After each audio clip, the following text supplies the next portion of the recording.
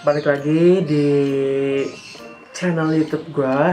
Nah, di video kali ini gue bakalan ngejelasin tentang sesuatu hal yang berdasarkan dari penelitian seseorang, atau biasanya kita dapat informasinya itu dari sebuah jurnal ya.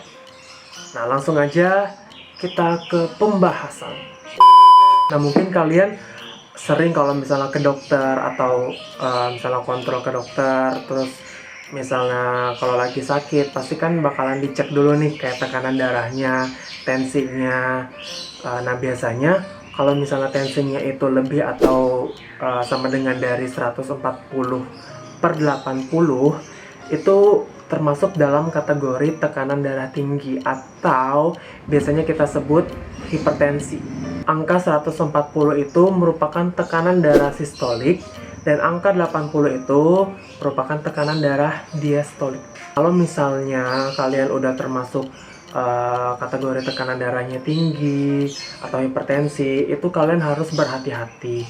Apalagi kalau soal makanan, harus benar-benar dipantau dan benar-benar harus dijaga. Jangan sampai ketika kita makan sesuatu nanti malah tekanan darah kita makin tinggi atau makin tidak terkontrol kayak gitu. Nah, perlu kalian ketahui juga kalau hipertensi itu merupakan penyakit silent killer. Nah, biasanya kalau seseorang sudah terkena hipertensi atau tekanan darahnya tinggi terus, itu tanpa adanya komplikasi penyakit yang lain, biasanya makanan harus dengan rendah garam. Jadi mungkin makanannya agak sedikit hambar atau mungkin tidak ada rasa sama sekali. Menurut Kresnawan, manajemen hipertensi dalam asuhan gizi yaitu perencanaan makanan diet dengan diet DASH. Diet DASH ini merupakan prinsip diet yang menganjurkan penderita hipertensi untuk mengonsumsi banyak buah, sayuran, susu rendah lemak, serta kacang-kacangan yang mengandung tinggi kalium, fosfor, dan protein. Serta juga tidak lupa mengandung serat yang tinggi, karena serat itu bagus untuk penderita hipertensi dan dapat mengontrol tekanan darah.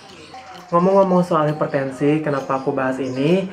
Karena kemarin tanggal 17 Mei itu merupakan hari hipertensi sedunia atau World Hypertension Day.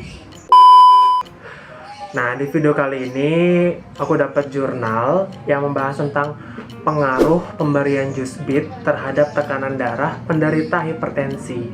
Ini penelitian oleh Agnia Dwinandani. Nah, jurnal kali ini sama seperti pembahasan sebelumnya, aku dapat dari Argipa, Arsip Gizi dan Pangan. Nanti link aku taruh di description box ya. Jadi kalian bisa kepoin jurnal-jurnal penelitian di Argipa. Berdasarkan penjelasan dalam jurnal ini, terdapat banyak penelitian yang menjelaskan bahwa bit merupakan salah satu makanan yang dapat menurunkan tekanan darah karena bit mengandung serat dan nitrat. Di dalam jurnal ini, peneliti menemukan 34 orang penderita hipertensi dan peneliti mengambil 15 responden untuk penelitian ini berdasarkan kriteria yang diinginkan oleh peneliti. Jadi nggak semua responden 34 itu diambil. Jadi dengan adanya kriteria-kriteria tersebut, jadi didapatkan 15 responden untuk dijadikan sebagai responden penelitian. Nah, dengan demikian, peneliti ingin membuktikan apakah bit dapat menurunkan tekanan darah pada penderita hipertensi atau tidak, dengan cara memberikan jus bit dengan komposisi 150 gram bit, 100 ml air, dan 1 sendok makan perasan jeruk nipis. Dalam penelitian ini, peneliti memberikan jus bit kepada penderita hipertensi selama 7 hari secara berturut-turut, dan tekanan subjek atau responden tersebut akan diukur setiap hari setelah mengonsumsi jus bit tersebut. Nah, ini merupakan karakteristik subjek dari 15 responden yang diambil oleh peneliti sebagai subjek untuk penelitiannya. Nah, bisa dilihat pada kategori status gizi bahwa obesitas itu beresiko terkena hipertensi 4,02 kali lebih besar dibandingkan orang yang tidak obesitas. Selanjutnya, pada kategori asupan serat, berdasarkan tabel ya, itu bahwa masih banyak responden dengan asupan serat yang kurang. Nah, apabila asupan serat ini rendah atau kurang, maka kemungkinan besar akan menyebabkan obesitas sehingga akan berdampak terhadap tekanan darah.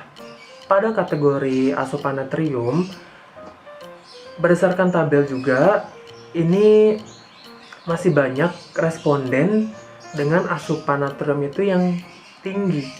Nah, apa sih pengaruh natrium? Nah, pengaruh natrium yaitu akan terjadinya peningkatan volume cairan darah sehingga berdampak pada tekanan darah yang tinggi.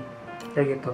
Nah, kalau ini rata-rata perubahan tekanan darah dari hari ke-1 sampai hari ke-7. Berdasarkan tabel dari grafik ini, adanya perubahan tekanan darah jadi semakin turun, jadi semakin rendah tekanan darah diastolik dan tekanan darah diastolik dari penderita hipertensi.